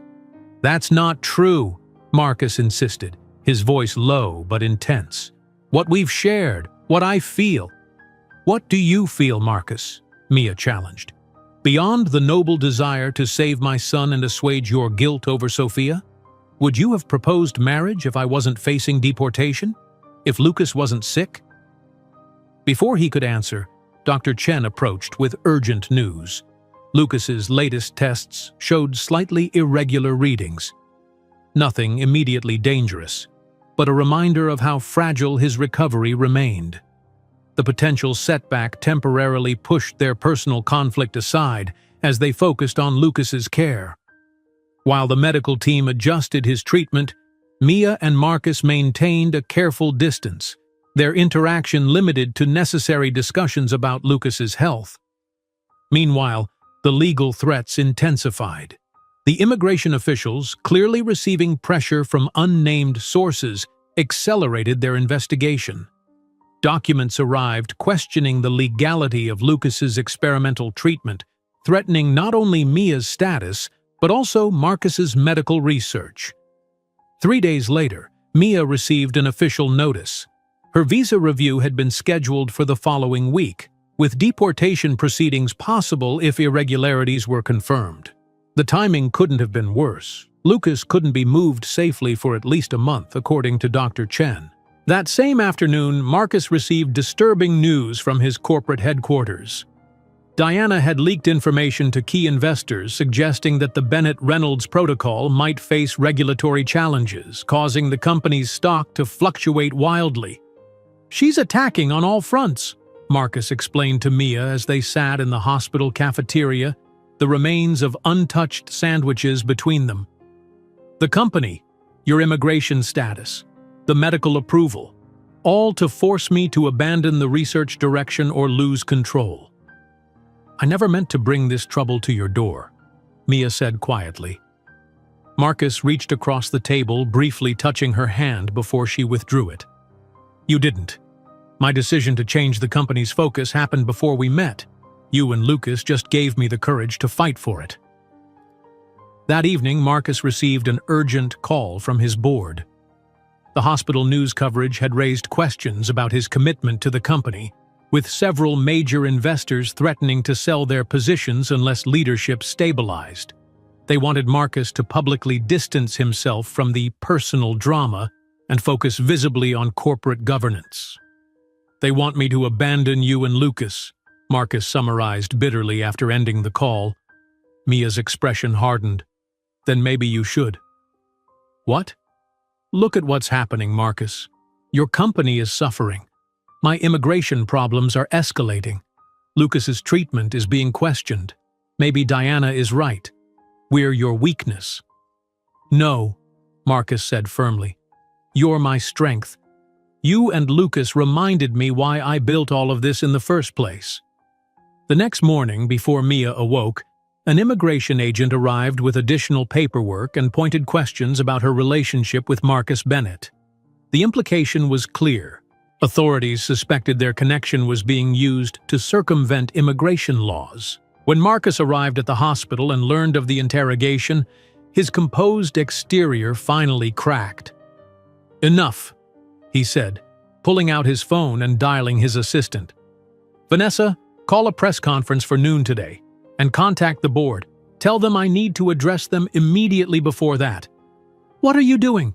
Mia asked, alarmed by the sudden determination in his voice. Making a choice, Marcus replied. already heading for the door. "Stay with Lucas. I'll be back this afternoon." At precisely noon, Mia watched with growing apprehension as hospital staff gathered around the television in the break room.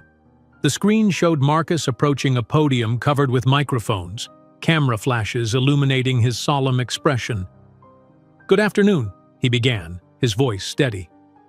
"For the past 2 years, since losing my sister Sophia to a rare heart condition, I have led Bennett Technologies in expanding our research into medical technologies that could save lives.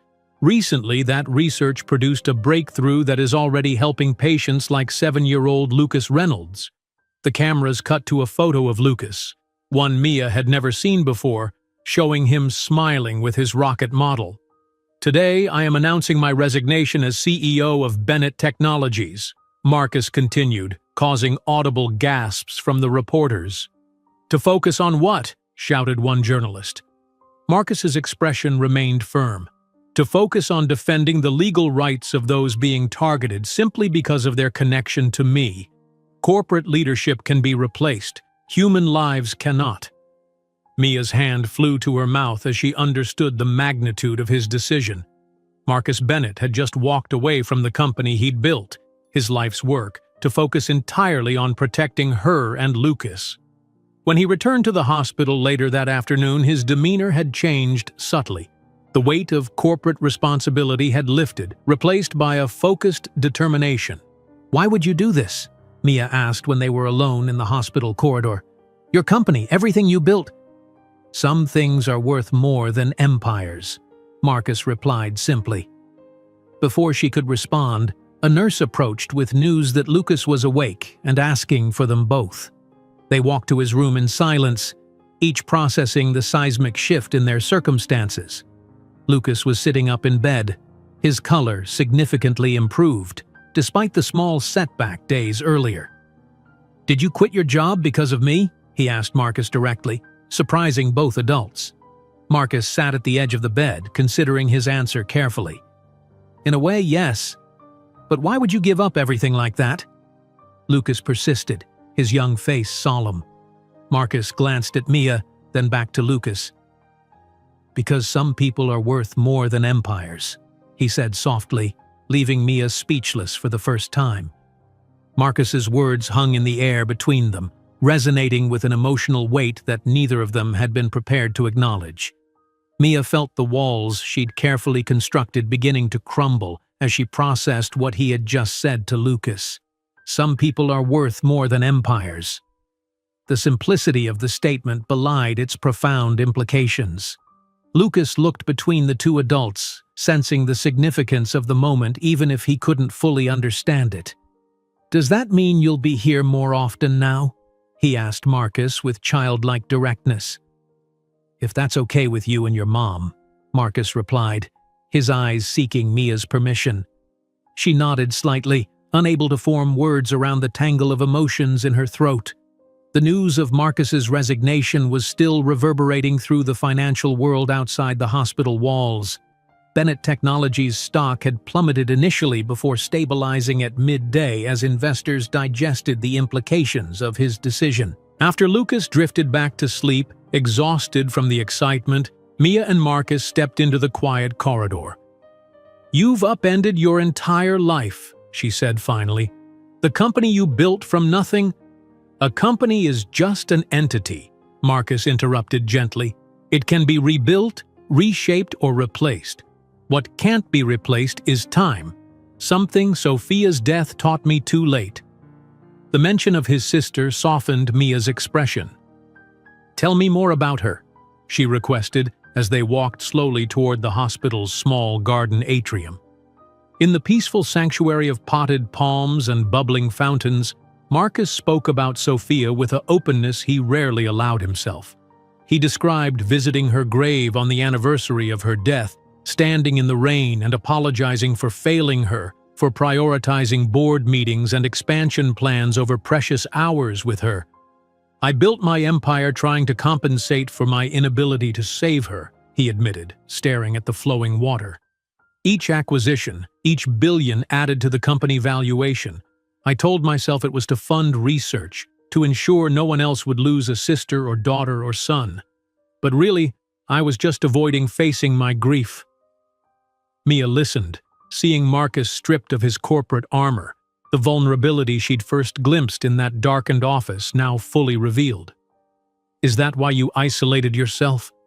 The articles I read mentioned you becoming reclusive after your sister's death." Marcus nodded. "I withdrew from everything that wasn't work. Friends, relationships, even most of my philanthropic appearances. They all felt hollow. I was afraid of forming connections that could lead to more loss." His honesty emboldened Mia to share her own complicated truth. "When Carlos died, I was angry at him," she confessed, the admission painful even after all this time. "He insisted on driving in that storm to pick up Lucas's medication. I told him to wait until morning, but he said our son's health couldn't wait." Tears welled in her eyes. "Sometimes I wonder if my pride has been punishing Lucas, if I'd accepted help sooner." "You were protecting your dignity," Marcus said, understanding immediately. "There's honor in that." "Is there? When it almost cost my son his life?" Mia wiped away a tear. "I was so determined to prove I could manage alone that I worked 3 jobs instead of accepting assistance programs. I was too proud to apply for medical charity until Lucas was already critical." Their shared confessions created a new level of intimacy between them, not the fleeting connection of shared grief, but a deeper understanding of each other's core wounds and driving forces. The moment was interrupted by Marcus's phone buzzing with a notification. A judge had granted an emergency stay on Mia's immigration review, providing temporary relief from the immediate threat of deportation proceedings. "That's one battle with breathing room," Marcus said, showing her the message. "My legal team thinks we can prove that Diana's interference constitutes illegal harassment, which would invalidate the immigration investigation entirely."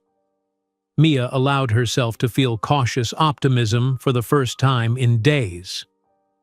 What about the medical ethics concerns? Dr. Chen just received confirmation that the emergency approval documentation has been found in the system, Marcus explained. Another of Diana's obstructions removed. That afternoon, Dr. Chen brought additional promising news. A respected medical journal had fast-tracked publication of the initial results of the Bennett-Reynolds protocol, lending scientific legitimacy to the treatment that had saved Lucas's life. "This is extraordinary," the doctor explained, showing them the preliminary page proofs. "The medical community is already calling this a landmark breakthrough. No one will be questioning its legitimacy after this is published." The following morning, a judicial representative arrived at the hospital with official documents granting Lucas humanitarian approval to continue receiving his experimental treatment, regardless of any immigration proceedings. One by one, the threats are being neutralized, Marcus observed as they reviewed the documents. Mia studied his profile, the determined set of his jaw, the intensity in his eyes as he analyzed each legal victory. This was the same strategic brilliance that had built a multi-billion-dollar company, now focused entirely on protecting her and Lucas. "Thank you doesn't seem adequate," she said quietly. Marcus turned to her, his expression softening. "I'm not doing this to earn your gratitude, Mia." "I know," she replied. "That's why it means so much." When they returned to Lucas's room, they found him sitting up in bed, focused intently on drawing something with colored pencils. He looked up with pride as they entered, holding up his artwork. "I made this for you," he told Marcus, presenting a drawing that depicted Marcus as a superhero, not wearing a cape, but standing tall with a heart-shaped emblem on his chest. "That's the best gift I've ever received," Marcus said with genuine emotion, carefully accepting the paper. Lucas beamed. "The nurse said you gave me some of your special heart medicine. That makes you like a superhero, but instead of a cape, you have a big heart." The child's innocent perception cut straight through the complex adult narratives surrounding them. Marcus carefully folded the drawing and placed it in his wallet, the simple gesture more reverent than his handling of million-dollar contracts. Later that afternoon, a familiar face appeared at Lucas's door. Diana, immaculately dressed as always, her expression unreadable. Mia tensed immediately, but Marcus placed a calming hand on her arm. "I'll handle this," he said quietly, stepping into the corridor with his former fiancée. Through the glass window, Mia could see their conversation, Diana speaking intently, occasionally gesturing while Marcus listened with a stony expression. Finally, Diana removed an envelope from her purse and handed it to him. After another minute of conversation, she walked away without looking back. "What did she want?" Mia asked when Marcus returned. "To offer a deal," he explained, handing her the envelope. "This check is for you, enough to cover Lucas's medical care for the next decade, relocation costs and financial security." Mia stared at the check, the zeros swimming before her eyes. "In exchange for what?" "Your silence and disappearance," Marcus said flatly. "She's convinced the board that with me out as CEO, they can salvage the company's direction if the distraction of you and Lucas resolves quickly." Without hesitation, Mia tore the check in half, then quarters, continuing until it was confetti. "Some things don't have a price," she said, dropping the pieces into the trash bin. Marcus smiled, a genuine, unguarded smile that transformed his face. "That's exactly what I told her you'd say." The following day brought news that Mia's visa issues had been officially resolved. The immigration authorities issued a formal apology for the administrative error that had flagged her case, granting her a humanitarian visa extension with a path to permanent residency based on Lucas's medical needs. "How did you manage this?" Mia asked Marcus when he showed her the approval. "I didn't," he admitted. After Diana's visit yesterday, several board members apparently had a change of heart. They reached out to their political connections independently. This unexpected ally from within the corporate structure that had seemed so hostile gave Mia hope that perhaps the worst was behind them. As Lucas's condition continued to improve, the hospital staff began discussing discharge plans. For the first time in years, Lucas might be able to attend school regularly, play with other children, experience something approaching a normal childhood. The evening before Lucas's tentative discharge date, Mia and Marcus shared a quiet celebration in the hospital cafeteria, coffee and a slice of cake from the vending machine, a humble toast to victories hard won. "What happens next?" Mia asked, the question encompassing far more than just Lucas's medical care. "Whatever you want to happen," Marcus replied. "The foundation I'm establishing will ensure Lucas has medical coverage for life. Beyond that—" "I wasn't asking about financial support," Mia interrupted gently. Marcus met her eyes. "I know," he said softly. "I'm trying to give you space to make choices not driven by necessity." The honesty of his response touched her deeply. No one in her adult life had ever prioritized her agency this way, not expecting gratitude, not demanding emotional repayment for assistance rendered. When they returned to Lucas's room, they found him playing a video game that one of the nurses had brought in, his face alight with the simple joy of being a child without immediate health concerns. "Mom, Nurse Kelly says I can go home tomorrow," Lucas said excitedly. "Will Mr. Marcus come visit us?" The innocent question hung in the air, laden with implications neither adult had articulated. Mia and Marcus exchanged a look filled with unspoken possibility until the doctor entered with unexpected news. "The final tests show Lucas is ready for discharge," she announced with a smile. "He can go home tomorrow." "Home?" Lucas repeated, his eyes wide with excitement. "We're really going home tomorrow?"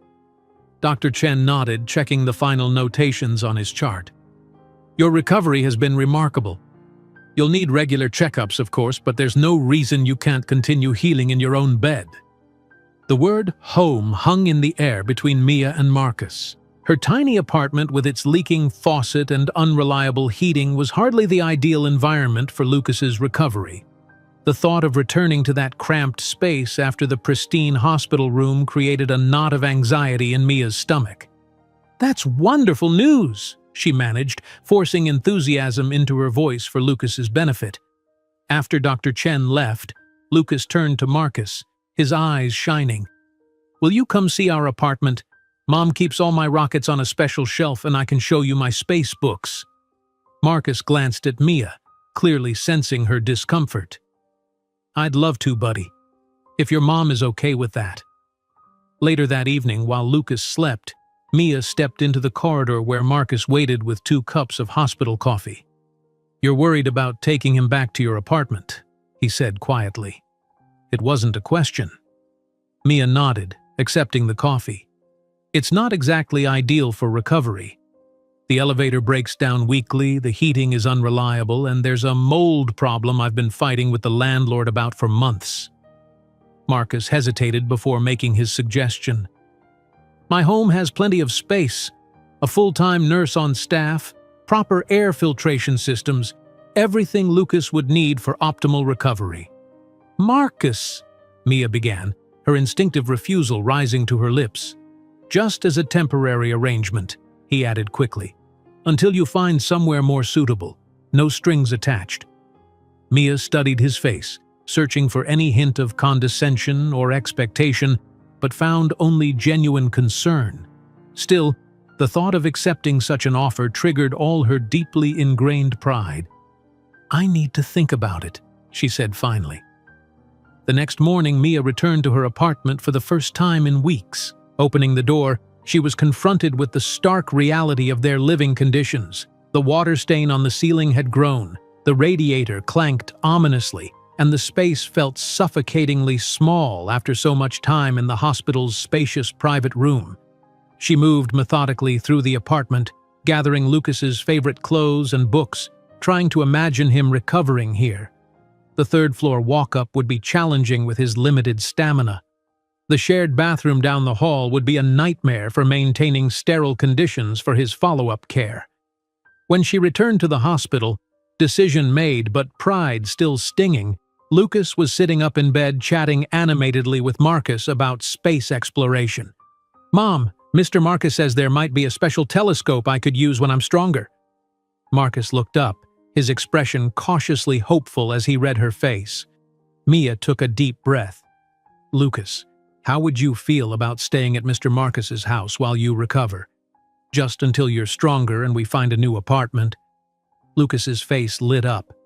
"Like a vacation? With the tennis court you told me about?" he asked Marcus. "And the pool, once your doctors say it's okay?" Marcus added, his eyes still on Mia, understanding the magnitude of what this concession had cost her. Dr. Chen arrived with discharge papers and final instructions. "Remember, his immune system is still vulnerable. Clean environment, limited visitors, and he'll need to rest frequently between activities." By afternoon, they stood in the hospital parking area where Marcus's driver waited with a luxury SUV. The moment felt surreal to Mia, leaving with her son and the billionaire who had upended their lives, heading not to their humble apartment but to his mansion. "Ready for your new adventure?" Marcus asked Lucas, helping him into the vehicle. "Ready," Lucas declared, his energy already visibly improved just from the prospect of leaving the hospital. As they drove through the city toward the exclusive neighborhood where Marcus lived, Mia watched the buildings grow more imposing, the streets cleaner, the trees more abundant. This was a world she had only glimpsed when cleaning the offices of those who inhabited it. Marcus's home was not the ostentatious mansion Mia had expected, but a sophisticated modern structure nestled into a hillside, its glass walls offering panoramic views of the city below. Gardens surrounded the property, creating a private sanctuary removed from the urban noise. "This is where you live?" Lucas gasped as they approached the house. "It's like a spaceship." "The architect would appreciate that comparison?" Marcus smiled, clearly pleased by the boy's reaction. Inside, the house was surprisingly warm and inviting despite its grand scale. Natural materials softened the modern lines, and comfortable furniture invited relaxation rather than formal posture. A woman in a crisp uniform greeted them at the door. Ms. Reynolds, young Mr. Reynolds, welcome. I'm Mrs. Abernathy, the house manager. Your rooms have been prepared. She addressed Lucas with a kind smile.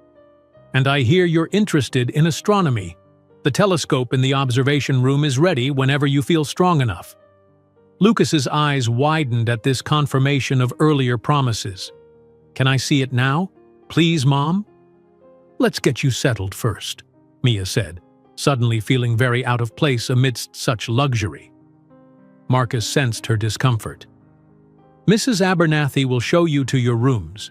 Take all the time you need to get comfortable. I have some calls to make in my office. The suite prepared for them included connecting bedrooms with a shared sitting area. Lucas's room had been thoughtfully arranged with space-themed decor, constellations painted on the ceiling, bookshelves filled with astronomy texts, and model rockets displayed on custom shelves. This is amazing, Lucas breathed, turning in circles to take it all in. It's just temporary, Mia reminded him, though her heart squeezed at the joy on his face. I know, he replied, surprisingly perceptive, but it's nice to pretend sometimes, isn't it? 6 months passed with surprising swiftness. Lucas's recovery progressed remarkably, his strength returning more quickly than even Dr. Chen had predicted. The twice-weekly checkups became monthly, then bi-monthly. By the 4th month, he was spending hours in the garden. His color returned to normal, his energy approaching that of a typical 7-year-old. Mia had intended their stay to last only until Lucas regained his strength, but each time she broached the subject of finding their own place, Marcus had a reasonable suggestion for why they should wait. Another medical milestone to reach, the upcoming school evaluation, the beneficial effects of the clean air and space for Lucas's recovery. And truth be told, Mia found herself reluctant to disrupt the peaceful routine they had established. Marcus worked primarily from home now, having stepped back from daily corporate operations, though he remained connected to the company's research initiatives. They often spent evenings together in the living room, Lucas reading or building models, Marcus reviewing documents, Mia studying for the business courses she had enrolled in online. One morning in early spring, Marcus knocked on Mia's door, holding a thick envelope.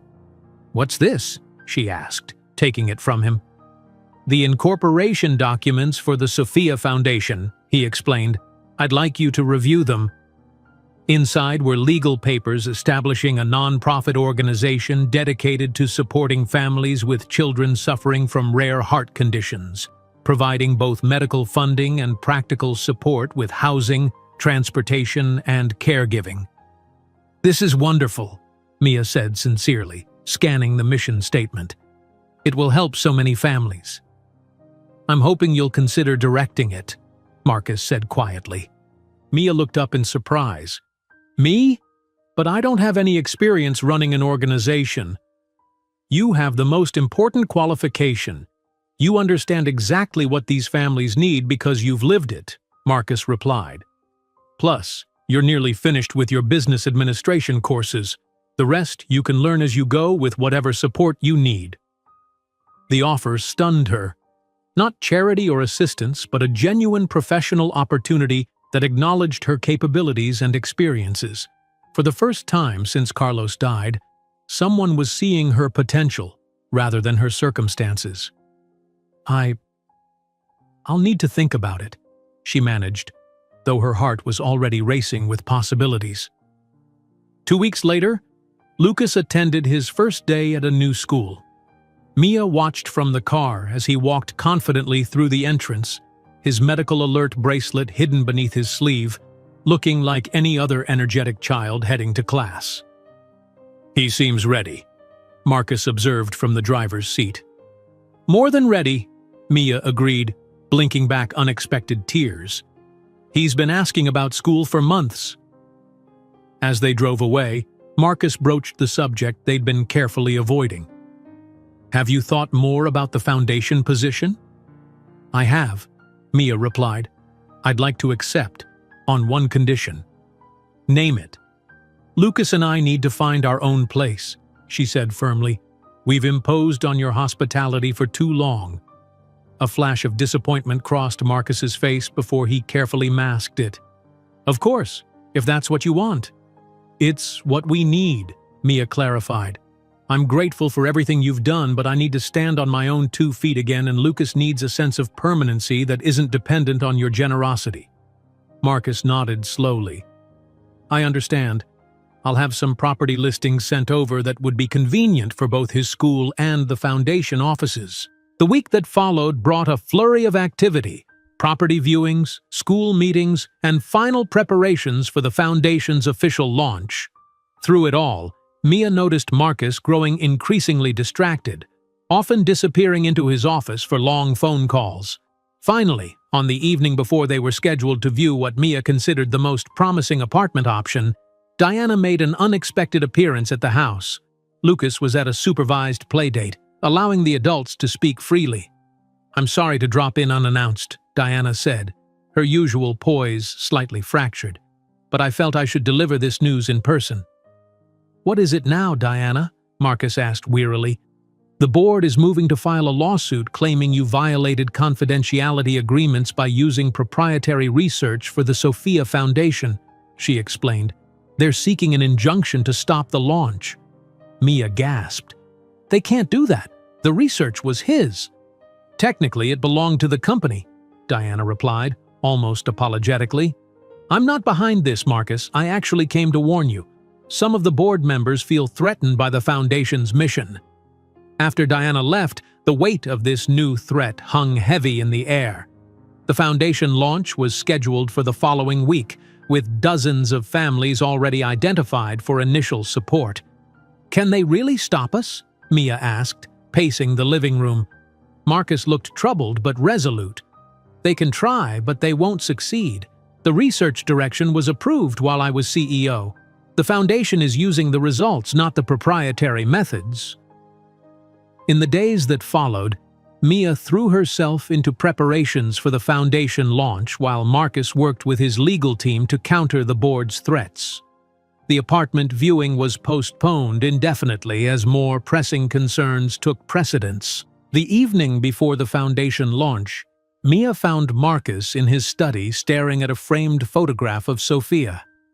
"She would be proud of you," Mia said softly from the doorway. Marcus looked up, a sad smile crossing his face. "I hope so. Sometimes I wonder if I'm doing this for her or for myself." "Does it matter? The impact will be the same for the families you help." "Our families," he corrected. "This is your vision too now." Mia stepped further into the room, suddenly aware of how naturally she moved through his space now, how comfortable this home had become. "Lucas asked me something today that I didn't know how to answer." "What was that?" "He wanted to know if you're going to live with us when we find our new place." The simple question from a child's perspective laid bare the complexity of their situation. They had been living as a family without acknowledging it, their lives intertwined in ways that went far beyond gratitude or obligation. "What did you tell him?" Marcus asked, his voice carefully neutral. "I told him I didn't know," Mia admitted. "Because I don't. We've never discussed what happens next. For us." The moment hung between them, heavy with unspoken emotions and possibilities, until Lucas's voice called out from the hallway looking for them both, his innocent question about dinner plans a reminder of the family they had inadvertently become. In that moment, Mia realized with startling clarity that finding a new apartment wasn't about establishing independence. It was about running from the truth of what was developing between them. A truth that terrified and thrilled her in equal measure. When Lucas asked innocently if Marcus would be living with them in their new place, Mia and Marcus exchanged a look charged with possibilities not yet spoken, until the doctor interrupted with surprising news. "The latest tests show Lucas is completely ready for discharge. He can go home tomorrow." The doctor's words hung in the air, both a relief and a strange disappointment. Lucas was well enough to go home, truly well. But which home would that be? The question that Lucas had so innocently asked now demanded an answer. "That's wonderful news," Mia said, her voice not quite matching the enthusiasm her words suggested.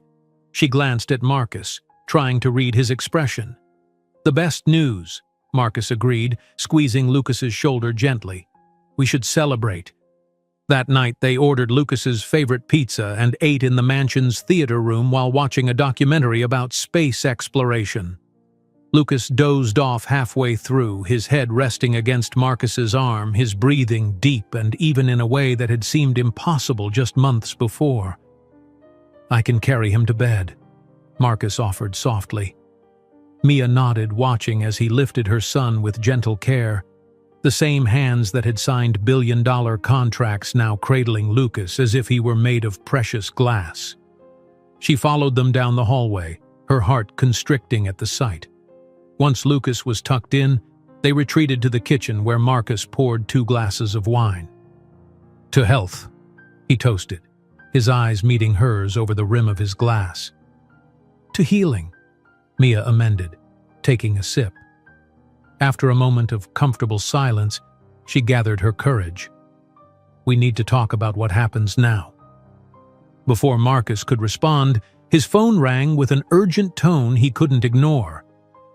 "It's the hospital," he explained, answering quickly.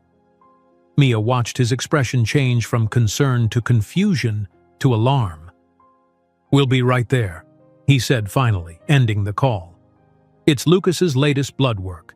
There's an anomaly they want to check immediately." The drive to the hospital was tense with unspoken fear. They had been here before. The sudden call, the rush through traffic, the terrifying uncertainty. Marcus drove with focused precision while Mia sat rigid beside him, her hand clutching her phone as if it might suddenly deliver better news. At the hospital, Dr. Chen met them in the emergency department, her expression unreadable as she led them to a consultation room. "Lucas's latest enzyme levels showed an unusual pattern," she explained, pulling up his charts on a tablet. "It could be a sign of rejection or possibly a reaction to the medication adjustments." "But he was fine. He's been better than ever," Mia protested, her voice tight with anxiety. "That's what makes this puzzling," Dr. Chen admitted. "His clinical presentation doesn't match these results at all. I'd like to run a new panel immediately to confirm." While they waited for Lucas to be brought to the hospital, Marcus paced the small room, his normally composed demeanor fractured by worry. "I should have insisted on daily monitoring," he muttered. "We shouldn't have reduced the checkups so quickly." "This isn't your fault," Mia said, reaching for his hand to still his restless movement. "You've done everything possible." When Lucas arrived, sleepy and confused about the midnight journey, his face showed no signs of distress. His color remained good, his breathing even. "Am I sick again?" he asked, his small voice wavering with fear. "We just need to check something," Mia assured him, smoothing his hair back from his forehead. "The doctors are being extra careful." Dr. Chen personally drew the blood samples, promising results within the hour. The wait stretched interminably as Mia and Marcus sat on either side of Lucas's bed, both trying to maintain calm expressions for his benefit while exchanging worried glances above his head. Finally, Dr. Chen returned, her face breaking into an unexpected smile. "Good news. The anomaly was a lab error, a contaminated sample. Lucas's actual readings are perfect, possibly the best we've seen so far." The relief was so intense that Mia felt momentarily dizzy. "So he's really okay?" "More than okay," Dr. Chen confirmed. "In fact, this new panel shows continued improvement in cardiac function. The Bennett-Reynolds protocol is exceeding all our expectations." The false alarm, terrifying as it had been, served as a powerful reminder of how fragile their new normal remained, how quickly fear could replace joy, how deeply both Mia and Marcus had invested in Lucas's recovery. As they drove home through the pre-dawn darkness, Lucas sleeping peacefully in the back seat, Mia reached for Marcus's hand across the console. "I don't think I can leave," she admitted quietly. Marcus glanced at her, careful hope in his eyes. "The apartment hunting?" "Any of it," she clarified. I've been so determined to prove I don't need anyone that I nearly missed what was right in front of me. The three of us, we've become a family, haven't we?" Marcus's fingers tightened around hers. "Yes," he said simply. "We have." 2 weeks later, the Sophia Foundation held its official opening ceremony in the gardens of what was now truly their home.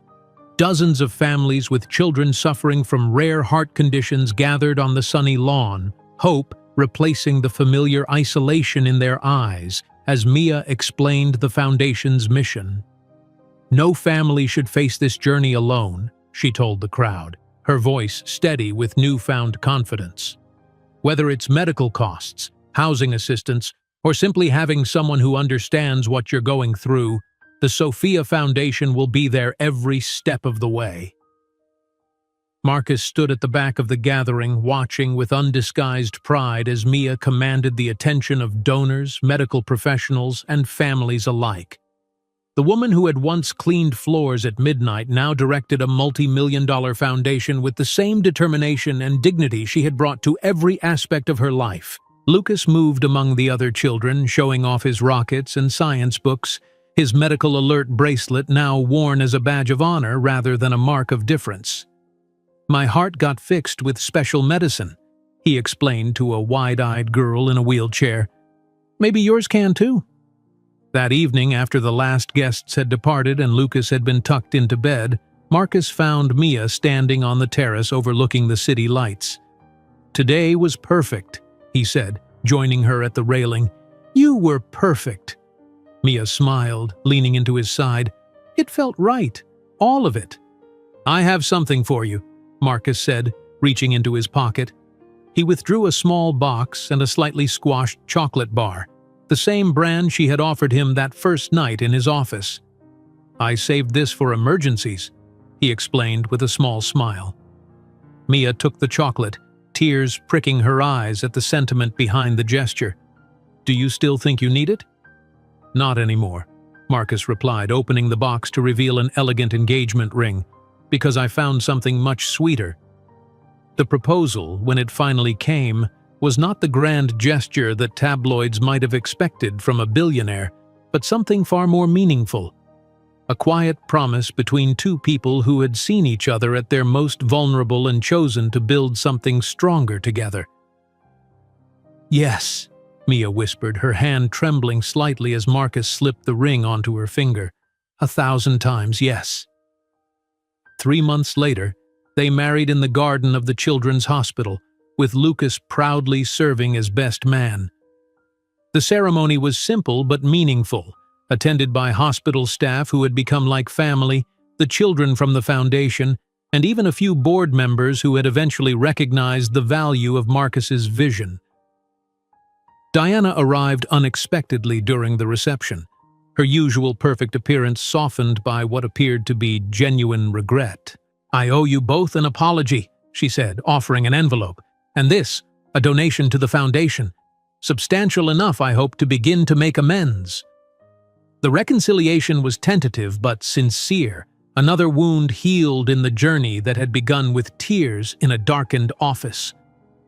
1 year later, on a crisp autumn evening, Mia, Marcus, and Lucas returned to the Bennett Technologies building. The 30th floor had been transformed into the headquarters of the Sophia Foundation, the corner office where they first met now serving as a welcoming space for families seeking help. "It looks so different," Mia observed, running her hand along the wall where she had once pushed a cleaning cart. "It feels different," Marcus agreed, his arm around her waist. "Everything does." Lucas explored the space with curiosity, trying to imagine his mother cleaning these floors, his father crying alone in the dark, the unlikely beginning of their family story. "Is this really where you met?" he asked, standing in the doorway of the former executive office. "Right here," Marcus confirmed, meeting Mia's eyes with a smile. "Your mother found me when I thought I was invisible." Later, as they gathered their belongings to leave, Marcus switched off the lights in the now bustling foundation headquarters. "You know," he said thoughtfully, Many people still think I'm a lucky man to have found you. And they're right, Mia replied with a smile, taking his hand. No, Marcus said, squeezing her fingers gently. The luck was mine when you found a billionaire crying in the dark. No, Mia corrected, leaning up to kiss him softly. The luck was mine when I found you in the dark, and we finally found the light together. If you enjoyed today's video, I'm sure you'll love the next one. Don't waste time. Just click on the screen.